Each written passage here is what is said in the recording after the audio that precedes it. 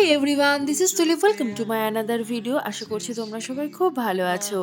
তো এই শীতের সন্ধ্যায় আমি, মা, কাকিমুনি আর পিসিমণি আমরা চারজন মিলে বেরিয়ে পড়েছি সৃষ্টিশ্রী মেলা দেখতে যাব বলে।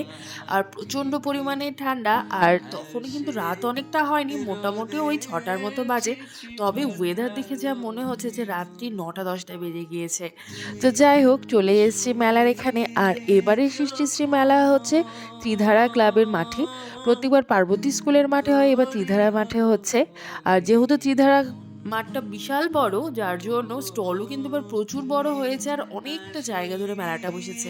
ভেতরে ঢুকতে না ঢুকতেই সবার কেনাকাটা দেখা শুরু হয়ে গেছে। আর আমি এদিকে দেখছিলাম হাতে তৈরি উলের এই ভীষণ কিউট কিউট চাবি রিংগুলো, ভীষণই প্রিটি ছিল।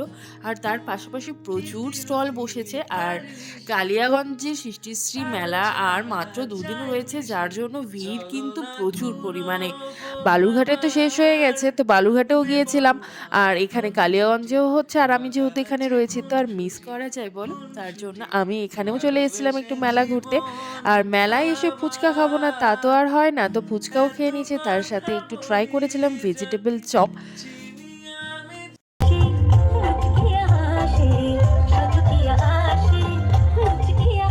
সন্ধ্যা থেকে চলছিল প্রচুর প্রোগ্রাম, তো একটু প্রোগ্রাম দেখার পর আরও প্রচুর বসেছিল ফুড স্টল, সেখান থেকে অনেক কিছু ট্রাই করলাম। তারপর একটা ম্যাজিকের স্টল বসেছিল, তো সেটাও দেখে বাইরে চলে এসেছি। এবার বাইরেও কিন্তু বেশ কয়েকটা দোকানও বসেছে মেলার মতন, তো এখানে একটু মেলাটা ঘুরছিলাম। আর তোমরা কারা কারা সৃষ্টিশ্রী মেলাতে এসেছিলে অবশ্যই কিন্তু কমেন্টসে জানিও।